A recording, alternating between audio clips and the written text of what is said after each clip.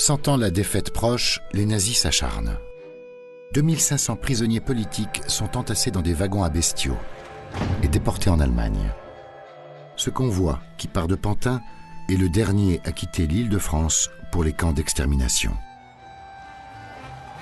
Le 25 août, 10 jours plus tard, Pantin, comme Paris, est libéré.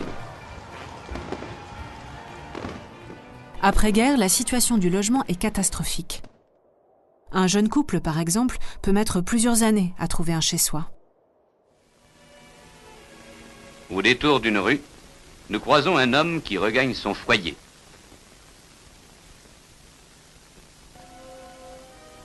C'est là qu'il va finir sa journée.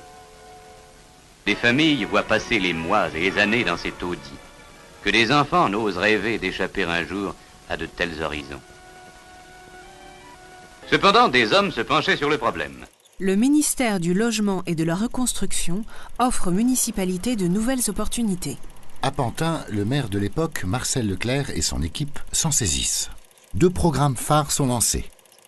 Le premier chantier concerne le quartier de l'église, le centre historique de Pantin. C'est un projet pilote.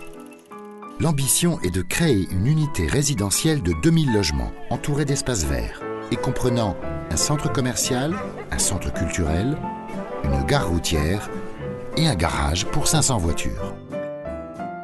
Mené par Denis Honegger, le projet revêt un caractère expérimental.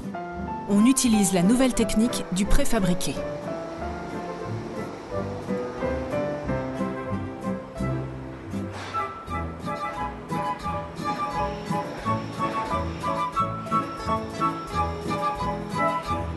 Les bâtiments d'Honegger doivent apporter aux habitants de Pantin des logements spacieux et lumineux où sera installée l'eau courante et des sanitaires privatifs dans chaque appartement.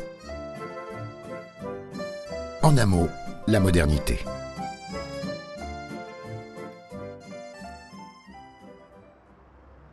Beaucoup plus longue et coûteuse que prévu, la construction des équipements est abandonnée. Seuls 800 logements HLM sont finalement réalisés entre 1953 et 1978.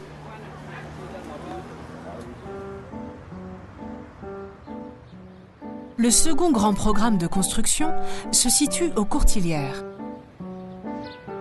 C'est le célèbre architecte Émile Aillot qui est désigné pour construire 3000 logements sur les 57 hectares disponibles à cheval sur Bobigny et Pantin.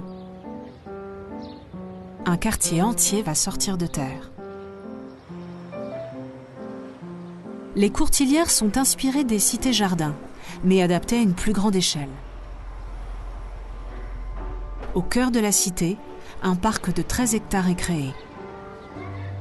Sous l'impulsion de Jean Lolive, premier maire communiste de Pantin, les constructions et les équipements se développent. Le projet bénéficie d'une bonne réputation au sein de la population et des milieux professionnels. La presse parle d'une cité hors norme, moderne et pourtant humaine.